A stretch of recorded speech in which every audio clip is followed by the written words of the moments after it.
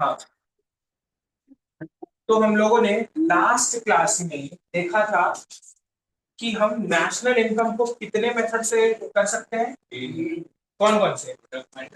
Product method, income method, expenditure method. Product method को जब हम यूज करते थे तो उससे क्या निकलता था? हाँ, निकलता क्या था? GDP, MP. जब भी हम इनकम मेथड करते थे तो उससे क्या निकलता था? डोमेस्टिक इनकम यानी एनडीपी, एससी। और जब भी हम एक्सपेंडिचर मेथड यूज करते थे तो उससे क्या निकलता था आगे? GDP, MP. फॉर्मूला क्या होता था? जब हम प्रोडक्ट मेथड में जीडीपी एमपी निकालते थे तो हमारा फॉर्मूला होता था sales plus change in stock minus IC, बोले तो इंटरमीडिएट कॉस्ट या कंजम्पशन। ठीक है। जब हम इनकम मेथड करते थे तो तीन चीज जोड़ते थे, क्या? COE, compensation of employ, OS, operating surplus, MI, mixed income of self employed. ठीक है। जब हम एक्सपेंडिचर मेथड करते थे तो जीडीपी एमपी के लिए क्या निकलता था? PFC, private final consumption expenditure, government final consumption expenditure, gross domestic capital formation plus X minus M यानी नेट एक्सपोर्ट्स। इतना क्लियर है? ये तो हमने पढ़ा। फिर मैंने आप लोगों को कुछ कुछ बातें बताई थी। वैल्यू एडिशन वर्ड का मतलब और कुछ नहीं होता, सिंपल सा है, क्या? प्रॉफिट। कितना मैंने वैल्यू ऐड किया। अगर मैं रॉ मटेरियल लाया 60 रुपए का खरीद के और जब मैंने फिनिश गुड्स को बेचा तो वो 100 में बिके, तो मैंने कितना वैल्यू ऐड कर दी उसमें? 40 का वैल्यू ऐड किया। ऐसे ही 60 की चीज 100 में बिकी होगी क्या? या कुछ किया होगा उस पर, तब जाकर वो उतना महंगा बिक रहा है। ऑफ कोर्स मैंने उसका पैकेजिंग किया होगा, उसको ग्रेड किया होगा, उसको रिफाइन किया गया होगा, उसको प्रमोट किया गया होगा। इतने सारे मैं एक्टिविटीज कर रहा हूं, तब जाकर वो क्या हो रहा है? तब जाके वो फाइनल प्रोडक्ट बनता है। इसलिए हम क्या कहेंगे कि वैल्यू एडिशन वर्ड का सिंपल मतलब क्या है? कोई एक प्रोडक्टिव एक्टिविटी उस पर परफॉर्म हुई है और वो पहले से अब ज्यादा वैल्यू में बिकेगी उस एक्टिविटी के वजह से। तो क्योंकि अब उसकी यूटिलिटी बढ़ गई है तो उसको हम क्या कहेंगे? Value addition. ठीक है, पक्का? ठीक है। अब पूरा चार्ट में कुछ कुछ कंफ्यूजन जो था वो मैं कंफ्यूजन को आपको बताया था। जैसे कि कई बार बच्चे लोग वैल्यू ऑफ आउटपुट और वैल्यू एडेड दोनों एक ही समझ लेते हैं। जीवीए और जीवीओ में फर्क है ना। जीवीओ में हम क्या माइनस नहीं करते? आईसी को माइनस नहीं करते, इंटरमीडिएट कॉस्ट को, खर्चे को माइनस नहीं किया जाता था, वेयर एज वैल्यू एडेड में माइनस करते हैं। तो दोनों अलग है, कंफ्यूज नहीं होता। तो हमने उसके अंदर में एक तो बात किया। दूसरा है, हम जब डोमेस्टिक इनकम कर रहे थे यानी इनकम मेथड से, तो हमने कुछ बात बोली थी कि कई बार बच्चे क्या करते हैं, सोशल सिक्योरिटी स्कीम एम्प्लॉयर और एम्प्लॉय दोनों का जोड़ देते हैं। क्या वो सही है? नहीं, एम्प्लॉयर का जुड़ेगा बट एम्प्लॉय का नहीं जुड़ता। ठीक है, क्योंकि एम्प्लॉय की सैलरी में से ही तो कुछ हिस्सा काट कर कंट्रीब्यूशन में डाले हैं। तो ऊपर सैलरी जोड़ दिया, नीचे कंट्रीब्यूशन, तब तो डबल एक ही चीज को जोड़ देंगे ना, इसलिए उसको जोड़ना सही नहीं होता। फिर मैंने यही बात बोला था कि जैसे ऑपरेटिंग सरप्लस, पर्टिकुलरली मैं बोलूं तो ऑपरेटिंग सरप्लस में ये गड़बड़ होती है। कितने तरीके से एक बिजनेसमैन कमाता है? एक उसके मेन बिजनेस से और दूसरा उसके प्रॉपर्टी जहां इन्वेस्ट किया हो। बिजनेस से कमाने वाले को क्या बोलते थे? और इससे क्या क्या कमाते थे? Rent, interest, royalty. ठीक। अब एक चीज मुझे बताना, बिजनेस और प्रॉपर्टी से जब ये मान लो प्रॉफिट आया तो इसमें मैं क्या रखता था? कॉर्पोरेट टैक्स दे देता था, थोड़ा सा कॉर्पोरेट की सेविंग कर लेता था और बाकी चीज डिविडेंड में बांट देता था। यही होता था ना। तो बच्चे क्या गड़बड़ करते थे, ध्यान से। इसको ना गलत ना करने के लिए मैं एक लाइन इसी के नीचे लिखवा देता हूं हमेशा। मैं बोलता हूं ऐसे कि ऊपर की चीज दी है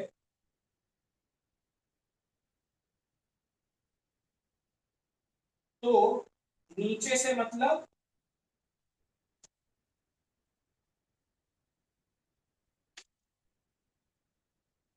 नहीं, इसको बस मैं लिखवा देता हूं ताकि बच्चे गलती ना करें। क्या होगा अगर आपको ऑपरेटिंग सरप्लस का अमाउंट डायरेक्ट दे दिया है और ये सब भी दिए हैं, तो क्या आप इनको देखोगे? भाई जब सब मिला के ऑपरेटिंग सरप्लस ही खोजना होता है और ऑपरेटिंग सरप्लस तो दे दिया, तो जब ये दे ही दिया है तो हमें वापस से लिखने की, अगर जोड़ देंगे तो डबल काउंटिंग होगा। अच्छा दूसरा चीज, मान लो ये नहीं दिया, मान लो आपको प्रॉफिट दे दिया है और प्रॉफिट के साथ ये भी दिया, ये भी दिया और ये भी दिया, तो अगर मैं प्रॉफिट को जोड़ लूं तो क्या इन तीनों चीजों को जोड़ना चाहिए? नहीं ना। अगर मान लो प्रॉफिट मेरा 1000 है, ये मेरा मान लो था 200, ये मान लो मेरा था 300 और ये मान लो मेरा था 500, तो मैं 1000 भी जोड़ लूं और इन्हें भी जोड़ लूं, ये तो गलत होगा ना। तो यही बोल रहा है कि अगर ये ऊपर का दिया है तो इन सब से मतलब नहीं, ये ऊपर का दिया है तो इन सब से मतलब नहीं। अच्छा ये 1000 दिया है और रेंट 200 दिया है, क्या मुझे ये जोड़ना चाहिए? नहीं। ऑफ कोर्स यार, साइड वाले को नहीं मैं बोल रहा हूँ, उसके नीचे की चीज उसके अंदर होती है ना, तो इसलिए मैं बोल रहा हूँ कि ऊपर का कोई भी एलिमेंट दे दिया है तो नीचे का फिर उसको फर्दर देखने की कोई जरूरत नहीं है। अच्छा रेंट, इंटरेस्ट और रॉयल्टी ऐसे दिया तो इन तीनों को तो लूंगा ना, लेकिन अगर एग्जाम में मुझे सीधे बोलते इनकम फ्रॉम प्रॉपर्टी मान लो 500 रुपए है, तो मुझे ये जोड़ना चाहिए क्या? नहीं ना। तो क्योंकि ये प्रॉपर्टी के अंदर की चीज, तो याद रखना, यही बस मैं समझाना चाहता था कि ऊपर का कोई भी एलिमेंट देगा तो उसके नीचे की चीज वापस से जोड़ने का सेंस नहीं बनता, वरना it will lead to double counting, it will lead to double counting. इतना बात समझ में आ रहा है? पक्का सबको आ रहा है ना? ठीक है, जहां पर भी नहीं आएगा प्लीज बताना। ठीक है, अब पहला मेथड हो गया हमारा, जो गड़बड़ हो सकता था वो वैल्यू ऑफ आउटपुट और वैल्यू ऑफ एडिशन में गड़बड़ हो सकता था, तो वो मैंने बताया कि दोनों फर्क है। इसमें जहां पर भी गड़बड़ हो सकती थी वो मैंने बता दिया। अब आते हैं आपके एक्सपेंडिचर मेथड के ऊपर, जो उसके अंदर में गड़बड़ हो सकती है। देखो उसमें क्या गड़बड़ होगी, उसके ट्विस्ट टर्न्स को हम देखते हैं। अच्छा आप प्लीज वो चार्ट निकालो जहां पर कल आपने नोट किया। वेरी गुड, आपके जैसे सिंसियरिटी की आपको आपके जैसा नंबर दिलाएंगे, ठीक है, सिंसियरिटी जैसे। ठीक है, मैंने आपको इतना बोला कि एक दिन में मैं सबसे लीस्ट पढ़ाता हूँ, अगर आप वो नहीं कर रहे हो मतलब आप वो लिस्ट से भी लीस्ट वाला काम कर रहे हो। मैं एक दिन में बहुत बल्क नहीं ले जा रहा हूँ, ये बहुत गड़बड़ कर रहे हो आप। मैं बहुत शॉर्ट चीज पढ़ा रहा हूँ, आप उस दिन नहीं पढ़ रहे हो, आप आधा अपना कंसेप्ट डाउन कर रहे हो, उसी दिन गायब होता है, ये गारंटी बता रहा हूँ। अगर मैं आपको 100-150 पेजेस के चीज को 2 पेज में समराइज करके दे रहा हूँ, तो उस 100-200 पेज का ज्ञान अगर उस 1.5-2 पेज में है ना बेटा, तो उसको करना पड़ेगा और उसी दिन करना पड़ेगा, मतलब वो ज्ञान आधा होना शुरू हो जाएगा। ये गड़बड़ी मत करो बेटा प्लीज, फिर से बोल रहा हूँ, बहुत कम दे रहा हूँ कंटेंट, उससे कम हो भी नहीं सकता और उससे कम पैसे नंबर नहीं। अब आगे चले, थोड़ा आगे बढ़े, ठीक। अब एक्सपेंडिचर मेथड के अंदर देखते हैं क्या होगा। एक्सपेंडिचर मेथड में क्या गड़बड़ी होती है, हमने बोला क्या, PFCE plus GFCE plus GDCF plus X minus M. अब इसमें क्या क्या गड़बड़ करेगा? पहला गड़बड़, इसका नाम बदल देता है, इसको बोल देता हाउस होल्ड कंजम्पशन एक्सपेंडिचर। कोई गड़बड़ है क्या यार? प्राइवेट को ही तो हम हाउस होल्ड कहते हैं। हमारे कितने सेक्टर होते थे बेटा?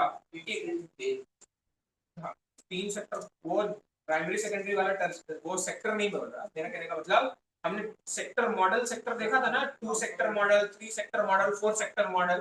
तो उसमें हमने फर्म एक मॉडल देखा था, हाउस होल्ड देखा था, गवर्नमेंट देखा था, ऐसा देखा था ना। प्राइवेट वर्ड जब बोल रहा है तो प्राइवेट को कई बार वो क्या नाम दे देता है, हाउस होल्ड कंजम्पशन एक्सपेंडिचर। तो कोई गलत हो गया क्या? अच्छा, गवर्नमेंट को तो गवर्नमेंट ही बोलेगा। अब मुझे एक बात बोलना, कई बार इन दोनों को मिलाकर सीधे ऐसे लिख देता है टोटल कंजम्पशन एक्सपेंडिचर, कोई दिक्कत है क्या यार? इन्हीं दोनों को तो मिलाकर टोटल कंजम्पशन एक्सपेंडिचर बनेगा। अगर टोटल दे दिया तो क्या मैं अलग अलग फिर से जोड़ूंगा क्या? नहीं ना। इसको कई बार एक नाम से क्या बोल देता है, इसको मैंने बताया था क्या, gross investment. Gross investment word भी बोल देता है, या सीधे इन्वेस्टमेंट भी बोल देता है, वो भी। अब सुनना, इसके अंदर एक ट्विस्ट है, यहां पर ध्यान, कई बार क्वेश्चन आपको ऐसे वर्ड लिख देगा GDFCF, यहां पर ये वर्ड का मतलब है फिक्स्ड। क्या वर्ड है? फिक्स्ड। यानी ये सिर्फ पूरा इन्वेस्टमेंट नहीं बता रहा, सिर्फ कौन सा इन्वेस्टमेंट का पार्ट बताया? फिक्स्ड वाला इन्वेस्टमेंट का पार्ट बताया है। तो क्या हमें ये लिखना है? क्या फिक्स्ड वर्ड हमें चाहिए क्या? नहीं ना। हमें जब ये नहीं चाहिए, यानी हमें चाहिए था ये और क्वेश्चन में दे दिया ये, तो हमें क्या करना पड़ेगा? इसमें, इस एफसीएफ में एक चीज को जोड़ दो, चेंज इन स्टॉक को। तो ये फिक्स्ड चेंज के साथ क्या बन जाएगा? Variable investment. क्यों? क्योंकि स्टॉक में भी हमारा इन्वेस्टमेंट हुआ रहता है और बाकी में भी इन्वेस्टमेंट हुआ रहता है। तो हम चेंज इन स्टॉक को जैसे ही जोड़ते हैं, हमारा ये फिक्स्ड वर्ड यहां से हट जाता है एंड वापस से ये क्या बन जाता है? GDC है। इतना बात समझ में आया? बाकी इसमें तो कोई ट्विस्ट एंड टर्न्स नहीं। तो जो जो पॉसिबिलिटी थी मैंने यहाँ पर आपको नोट करवा दिया है, जो जो पॉसिबिलिटी हो सकती थी वो सारा नोट करा दिया है। ठीक है, इस जल्दी से इसको भी नोट कर लो। और इनकम मेथड वाला वो जो लाइन मैंने बस लिखा था ना, उतना ही लिख लेना। इनकम मेथड के चार्ट के नीचे ऊपर की चीज दी है तो नीचे से मतलब नहीं है, बस इतना लिख लेना। वो काम आएगा, फॉर श्योर आएगा, इसीलिए लिखवाया है उसको। ठीक, उसको इनकम मेथड के नीचे ही लिख लेना। सुना, लिख लिया है? ठीक है। और इसको एक्सपेंडिचर मेथड में, ठीक, अभी आ रहा हूँ। टर्न्स की पॉसिबिलिटी भी हमने कर लिया। ठीक है, अब इसके आगे चलते हैं। एक शॉर्टकट लिखने जा रहा हूं मैं, ठीक है, एक शॉर्टकट लिखने जा रहा हूं। इसको क्या करोगे? आपका जो चार्ट है ना, चार्ट के नीचे बनाओगे। ठीक है, और वो कहीं भी बना सकते हो, मतलब जिस साइड चार्ट का जगह बचा रहेगा उस साइड नीचे बना लेना। साइड में भी हो सकता है, सेक्टर में भी, एनीवे। अब सुनना, ये शॉर्टकट है क्या पहले समझ लेना, उसके बाद ही बनाना।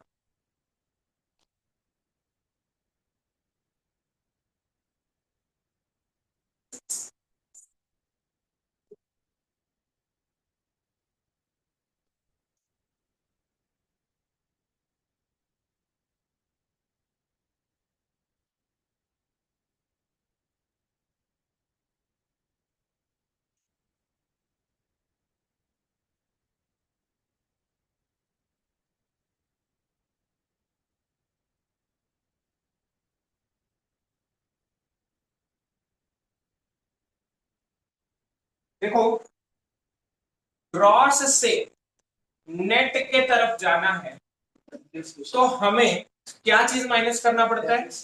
डेप्रीसिएशन को माइनस करना पड़ेगा, इजंट इट? तो इसमें मैंने लिखा क्या? माइनस। तो भाई नेट से ग्रॉस जाने के लिए क्या करना होगा? प्लस। नेशनल लेवल से डोमेस्टिक को आना होता है तो हमें माइनस करना होगा क्या? NFIA। अब ये क्या होता है समझेंगे। और इधर प्लस MFIA। मार्केट प्राइस से फैक्टर कॉस्ट जाने के लिए माइनस करना होता है NIT और प्लस NIT। अब ये क्या है जैसे समझते हैं, सुनना। NFIA, net factor income from abroad, यानी कहने का मतलब, सुनना, डोमेस्टिक मतलब मेरे ही इंडिया के अंदर लोग जो भी पैसा कमा रहे हैं वो क्या कहलाता है? Domestic income.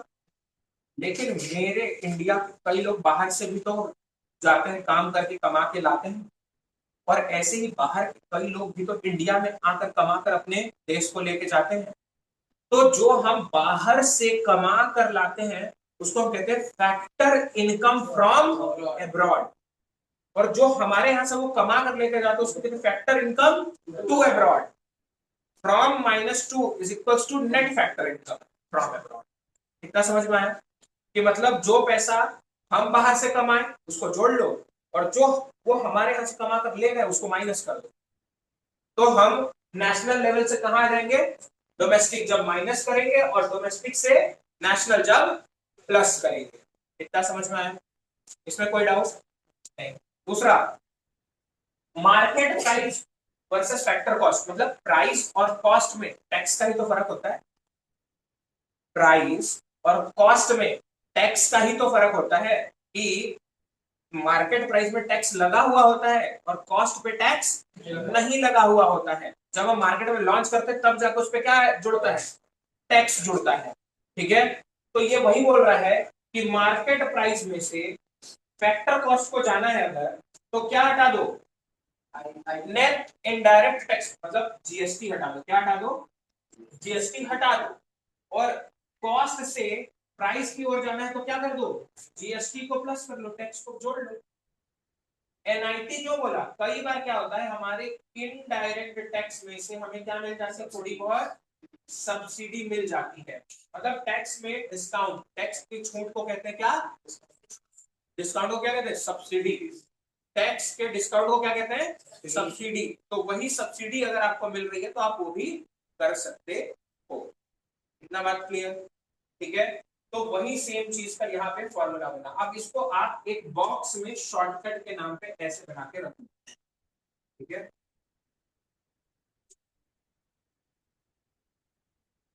हटाने से ज्यादा steps to solve, steps to solve. और मैं गारंटी ले सकता हूं आप ये स्टेप्स को फॉलो करके देखना, आपका आंसर गलत नहीं होगा। और अगर आपको ट्राई करना है तो आप स्किप करके देख लेना, एक भी स्टेप गलत ही हो, क्योंकि ये जो चार्ट बना है ना, इस स्टेप के बिना अधूरा हो जाता है। ठीक है, देखना स्टेप टू सॉल्व। सबसे पहला,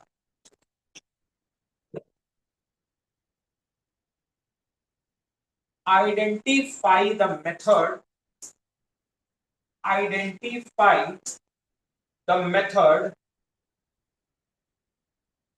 from the given items in the question. Identify the method from the given items in the question. Step 2.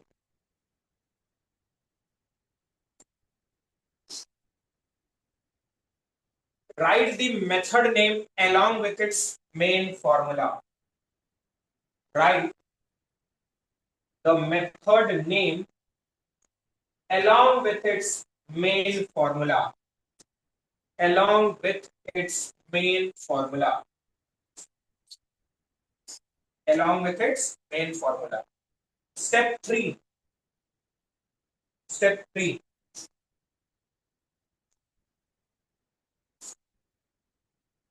Place all the items in the main formula. Place all the items in the main formula. Next step.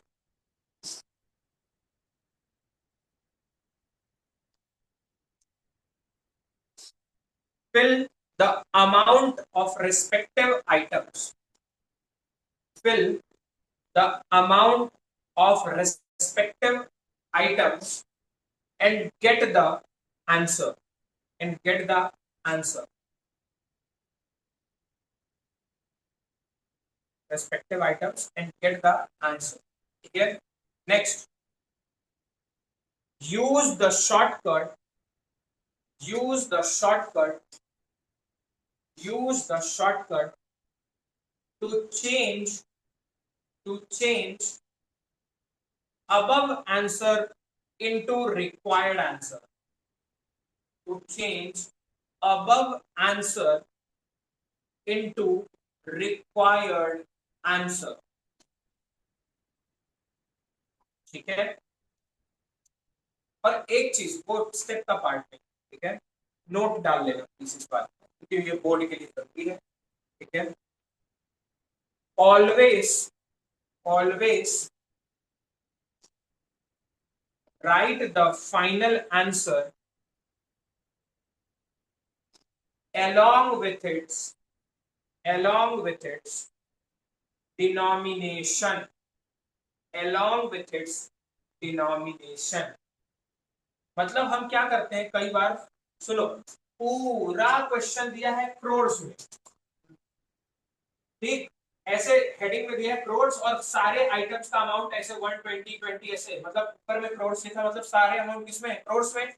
हम जब answer मान लो हमारा है 180, ठीक, तो मैं इसको ना बस ऐसे ही 180 करके, कई लोग ऐसे छोड़ देते हैं, मतलब जैसे एग्जांपल के लिए एनडीपीएफसी मेरा आया कितना 180, ऐसे करके छोड़ देते हैं। बेटा बोर्ड नंबर नहीं देगा, पूरे एक नंबर कट पूरे एक। आपको कैसे लिखना होगा, सबसे पहले आप देखना कि अमाउंट रुपीज में दिया है या डॉलर्स में, रुपीज में दिया या डॉलर्स में, पहले ये देखना। अगर रुपी में दिया तो आगे पहले रुपी का साइन पुट करना पड़ेगा, या डॉलर में दिया है तो डॉलर का पुट करना पड़ेगा। फिर देखो कि उसका डिनोमिनेशन क्या दिया गया है, क्रोर्स नाम, तो आपको क्रोर्स लिखना पड़ेगा। और फिर इसको स्ट्रेच करके मैं हमेशा बोलता हूं कि ऐसे कर दिया फाइनल आंसर को। ये नंबर नहीं तो कटेंगे बेटा, अगर आप यहाँ का रुपी छोड़ दो या करोड़ छोड़ दो तो नंबर कटेंगे, बॉक्स ऑक्स का नहीं, बट इन दोनों में से कोई भी छोड़ोगे नंबर कट जाएंगे। और कटेंगे कितने, पूरे एक नंबर, पूरे एक, ये बात याद रखना। तो ये गलती नहीं होनी चाहिए आप लोगों से, पक्का। वापस से अब देख लो जल्दी से, हमने 3 मेथड देखे, तीनों के फॉर्मूला देखे, तीनों के ट्विस्ट देखे। फिर इन तीनों मेथड से क्या निकलता है हमें पता है ना, 2 से निकलता है जीडीपीएमपी, 1 से निकलता है एनडीपीएफसी, ठीक है। नीचे में हमारे को शॉर्टकट दिया है कि जो भी फॉर्मूला से लगा के जो भी निकला और क्वेश्चन ने जो चीज की डिमांड की है वहां तक जाने के लिए हमें क्या अप्लाई करना होगा, शॉर्टकट। शॉर्टकट से हम अपने ऊपर के आंसर को रिक्वायर्ड आंसर में चेंज कर लेंगे और उसके फाइनल आंसर को हम विद डिनोमिनेशन लिख के खत्म कर देंगे। इतना क्लियर, पक्का। टाइम आपका हो गया, ठीक है। नेक्स्ट क्लास में आप ट्राई करना, ये कितना पेज लिया, किसी ने अगर पूरा नोट किया होगा